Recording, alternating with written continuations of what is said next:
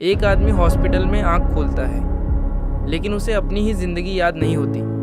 Reality और illusion के बीच की बाउंड्री धीरे धीरे टूटने लगती है और सच इतना डेंजरस होता है कि उसे एक्सेप्ट करना ही सबसे बड़ा नाइटमेयर बन जाता है। हॉस्पिटल के एक रूम में साइमन अचानक होश में आता है और पैनिक हो जाता है क्योंकि उसे याद ही नहीं होता कि वो यहाँ कैसे आया।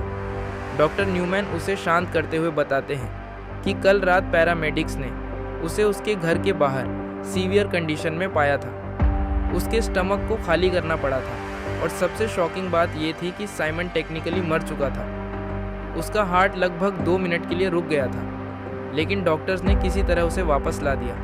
न्यूमैन नॉर्मली एक पीडियाट्रिक डॉक्टर हैं, लेकिन हॉस्पिटल में स्टाफ कम होने की वजह से वो इमरजेंसी संभाल रहे हैं। साइमन अपनी बेसिक डिटेल्स याद कर लेता है, लेकिन जब डेट पूछी जाती है तो वो कहता है कि साल 2000 चल रहा है। न्यूमैन उसे करेक्ट करते हैं और बताते हैं कि असल में 2002 है और उसकी एक वाइफ भी है जिसका नाम अन्ना है। ये सुनते ही साइमन शॉक हो जाता है क्योंकि उसे अपनी शादी तक याद नहीं होती। धीरे धीरे उसे कल रात के कुछ फ्लैशेस याद आते हैं, बारिश में रोड पर पड़ा होना, डॉक्टर्स का उसे रिवाइव करना और एक अजीब एक्सपीरियंस जहां उसकी स्पिरिट उसके बॉडी से बाहर निकलकर सब कुछ देख रही थी। जब वो होश में आने वाला होता है तब वो नर्स क्लेटन को न्यूमैन से ये कहते हुए सुनता है कि साइमन को पॉइजन दिया गया था और पुलिस को इन्फॉर्म करना चाहिए, लेकिन न्यूमैन पहले टेस्ट करना चाहते हैं। प्रेजेंट में न्यूमैन कंक्लूड करते हैं कि साइमन को शॉर्ट टर्म एमनेशिया है और उसकी मेमोरी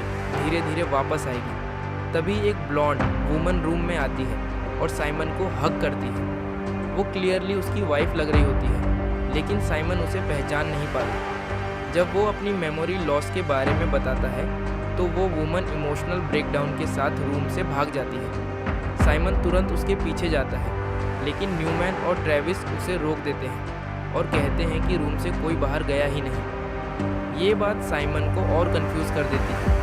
फिर असली अन्ना वहाँ आती है और उसे हग करती है।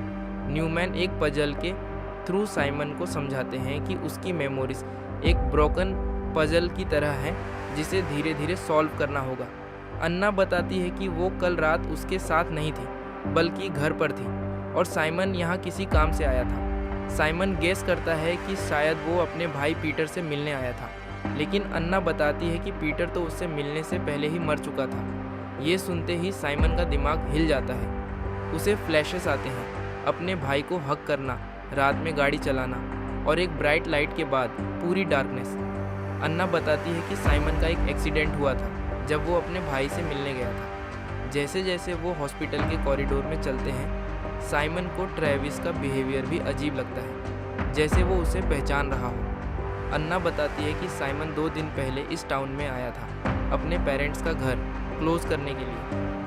न्यूमैन सजेस्ट करते हैं कि क्लीनिंग प्रोडक्ट्स के फ्यूम्स की वजह से पॉइजनिंग हो सकती है, लेकिन साइमन को स्टेयर्स और ब्रोकन ग्लास के विजन्स आते हैं। जब न्यूमैन रूम से बाहर जाते हैं, अन्ना अचानक साइमन को थप्पड़ मारती है और कहती है कि एक्टिंग बंद करें। वो एक्यूज़ करती है कि साइमन ने ही अपने भाई पीटर को मारा है। साइमन पूरी तरह कंफ्यूज हो जाता है और समझ नहीं पाता कि क्या सच है। तभी ट्रेविस आता है और साइमन को एमआरआई के लिए ले जाता है। एमआरआई मशीन के अंदर साइमन को एक मिस्टीरियस आदमी इंजेक्शन देता है। वो हिल भी नहीं सकता और हेल्प के लिए चिल्लाता है, लेकिन बेहोश हो जाता है। जब वो वापस होश में आता है, सब कुछ बदल चुका होता है। एक नया डॉक्टर ट्रूमैन उसे बताता है कि ये साल 2000 है। उसकी कोई वाइफ नहीं है और न्यूमैन नाम का कोई डॉक्टर मौजूद ही नहीं है। साइमन का दिमाग पूरी तरह ब्रेकडाउन होने लगता है। वो हॉस्पिटल में इधर उधर भागता है, लेकिन हर जगह उसे अलग रियलिटी मिलती है। कभी 2000, कभी 2002, कभी अन्ना उसकी वाइफ होती है, कभी वो उसे पहचान ही नहीं पाती। उसे लगने लगता है कि शायद वो पागल हो रहा है या फिर कोई उसके साथ गेम खेल रहा है। धीरे धीरे एक शॉकिंग ट्रुथ सामने आता है। साइमन का अफेयर था क्लेयर नाम की लड़की के साथ, जो असल में उसके भाई पीटर की फियांसे थी।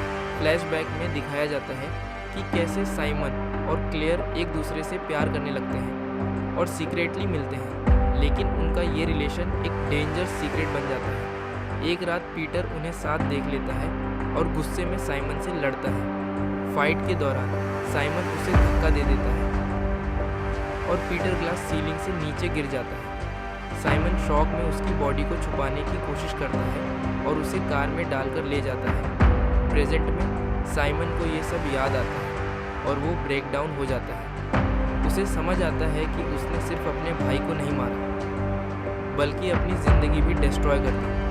जब वो रियलिटी को चेंज करने की कोशिश करता है और पास्ट में वापस जाकर क्लेयर को रिजेक्ट करता है, तब भी इवेंट्स लगभग उसी तरह होते हैं। फेट जैसे उसे बार बार उसी पॉइंट पर ला देता है। एंड में जब वो अपने भाई को हॉस्पिटल ले जाने की कोशिश करता है, तब रोड पर एक्सीडेंट हो जाता है और पता चलता है कि क्लेयर भी उस एक्सीडेंट में मर चुकी है। सब कुछ एक ट्रैजिक लूप में फंस जाता है। फाइनली ट्रूथ रिवील होता है। साइमन खुद भी उस एक्सीडेंट में मर चुका था। हॉस्पिटल, डॉक्टर्स, टाइमलाइंस, सब एक लिम्बो जैसा स्पेस था जहां उसकी सोल अपने पास्ट के एक्शंस को समझने की कोशिश कर रही थी। लास्ट मोमेंट में साइमन फिर से वही हॉस्पिटल सीन में आंख खोलता है जहां डॉक्टर उसे बताते हैं कि ये 2002 है, वो मर चुका था और उसकी वाइफ अन्ना बाहर वेट कर रही है। लेकिन अब सवाल ये है, क्या ये रियलिटी है या फिर एक और इल्यूजन जहां साइमन फिर से वही गलती रिपीट करेगा।